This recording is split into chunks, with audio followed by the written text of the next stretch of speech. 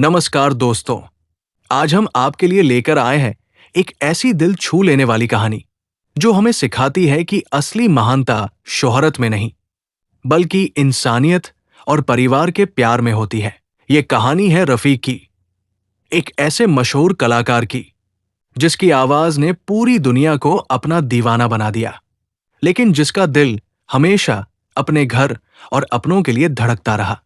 Studio की चमक दमक से लेकर घर की सादगी तक, इस कहानी में आपको मिलेगा प्यार, अपनापन, परिवार की मुस्कान और इंसानियत की खूबसूरत मिसाल। तो वीडियो को आखिर तक जरूर देखिए, क्योंकि इस कहानी का हर पल आपके दिल को छू जाएगा। शहर की जगमगाती रोशनी और तालियों की गूंज के पीछे रफीक नाम के एक सीधे सादे इंसान रहते थे।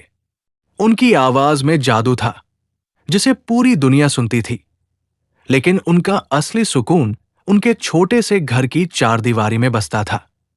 रफीक के लिए संगीत केवल एक पेशा नहीं, बल्कि ईश्वर का आशीर्वाद था, जिसे वो बहुत सहज कर रखते थे। जब रफीक स्टूडियो से रिकॉर्डिंग खत्म करके घर लौटते, तो वो अपनी शोहरत को दरवाजे के बाहर ही छोड़ देते थे।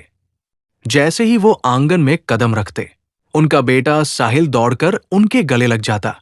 रफीक अपनी थकान भूलकर उसे अपनी गोद में उठा लेते और उसकी शरारतों में खो जाते। घर में रफीक को कोई खास पकवान नहीं चाहिए थे।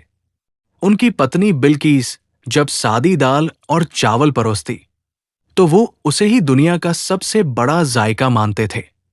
वो अक्सर कहते कि हाथों के प्यार से बनी चीज में जो स्वाद है, वो बड़े होटलों के खाने में कहा।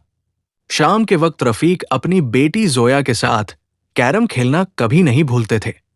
जोया हमेशा उन्हें हराने की कोशिश करती और रफीक जानबूझकर अपनी चालें खराब चलते ताकि उसकी जीत की खुशी देख सकें। उनके घर में जीत हार की नहीं, बल्कि हंसी की गूंज हुआ करती थी। रफीक को इस बात का कभी घमंड नहीं था कि वो एक बड़े कलाकार हैं। वो अक्सर घर के छोटे मोटे कामों में बिल्किस का हाथ बंटाते थे, कभी सब्जी काटना तो कभी सूखे कपड़ों को सहेज कर रखना। उनके लिए ये सब प्यार जताने के छोटे छोटे तरीके थे। कभी कभी रफीक साहिल को संगीत की बारीकियां सिखाते थे। वो उसे समझाते कि सुरों की खूबसूरती सादगी में है। साहिल अपने पिता की हर बात को बड़े गौर से सुनता और उनकी उंगलियों की हरकत को हारमोनियम पर दोहराने की कोशिश करता। रात के सन्नाटे में रफीक अक्सर अपने इबादत के कमरे में अकेले बैठते थे।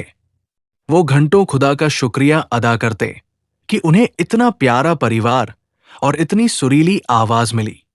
उनकी सादगी ही उनकी सबसे बड़ी ताकत थी। रफीक का दिल सिर्फ अपने परिवार के लिए ही नहीं, बल्कि पड़ोसियों के लिए भी उतना ही बड़ा था। जब उनके पड़ोसी कबीर चाचा बीमार हुए, तो रफीक खुद उनके लिए फल और दवाइयां लेकर पहुंच गए। उनके लिए इंसानियत सबसे बड़ा धर्म था। घर के बागीचे में बिल्किस और जोया पौधों को पानी दे रही थी। रफीक दूर से उन्हें देख रहे थे और सोच रहे थे कि उनकी सफलता का असली राज यही मुस्कुराहटें हैं। उनका घर खुशियों का एक ऐसा गुलदस्ता था जिसकी महक कभी कम नहीं होती थी। रफीक की आवाज आज भी दुनिया भर में गूंजती है, लेकिन उनका असली किस्सा वो प्यार है जो उन्होंने अपने घर में बांटा। वो सिखा गए कि चाहे आप आसमान की ऊंचाइयों को छू लें, आपके पैर हमेशा जमीन पर और आपका दिल हमेशा अपनों के पास होना चाहिए।